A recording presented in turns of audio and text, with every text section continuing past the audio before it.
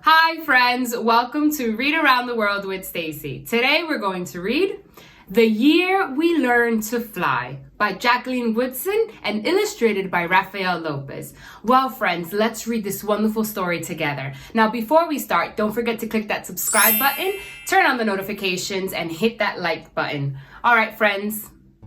The Year We Learned to Fly by Jacqueline Woodson and illustrated by Rafael Lopez. That was the year we learned to fly. That was the spring when the rain seemed like it would never stop, and the thunder boomed so hard we weren't allowed to go outside.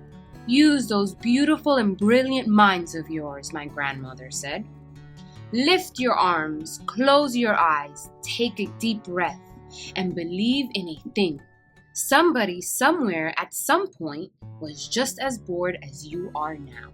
So my brother and I closed our eyes, and for a few minutes that first day, we weren't stuck in our apartment anymore. We were flying over the city we'd known our whole lives, but it was suddenly different, exploding with every kind of flower we'd ever dream of growing. That was the summer we learned to fly. When my brother and I couldn't stop fussing with each other over whose turn it was to wash the windows, to feed the dog, to clean the kitchen, we fought and frowned and made silent promises to never speak to each other ever again.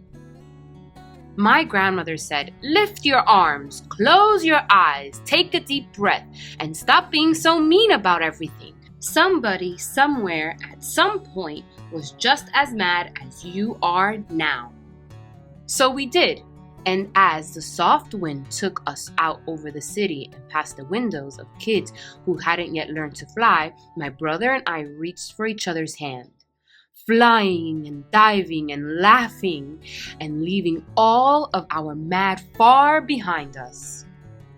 That was the autumn our rooms felt too big and lonely, with only us in them and the darkness coming on so fast.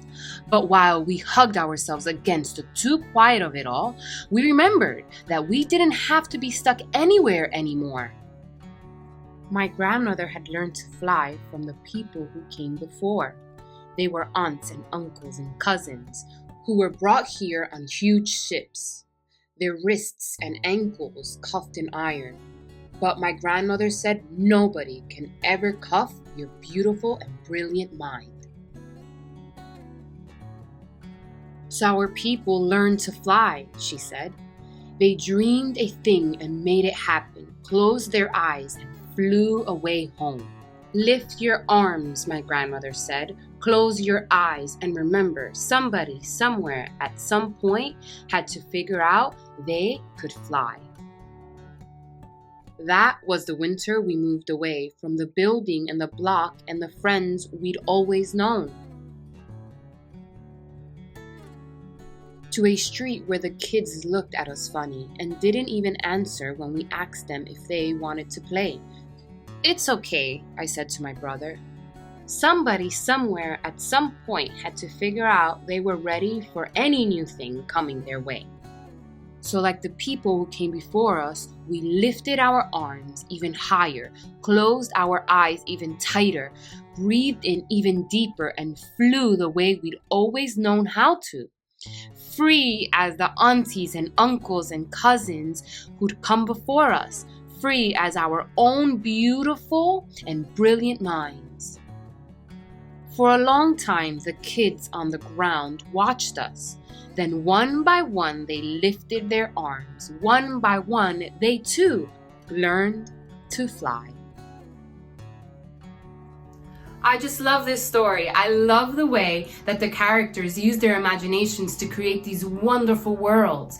They flew and created such a beautiful place for themselves. Now, I think that's a great strategy when things aren't going your way or they're not the best, to create this world where you can do anything you'd like. I've created a craft to go along with this wonderful book. Now, if you click on the description box below, all the information's there. Now, I can't wait to see what your beautiful, brilliant minds have created. Well, friends, until next time, bye!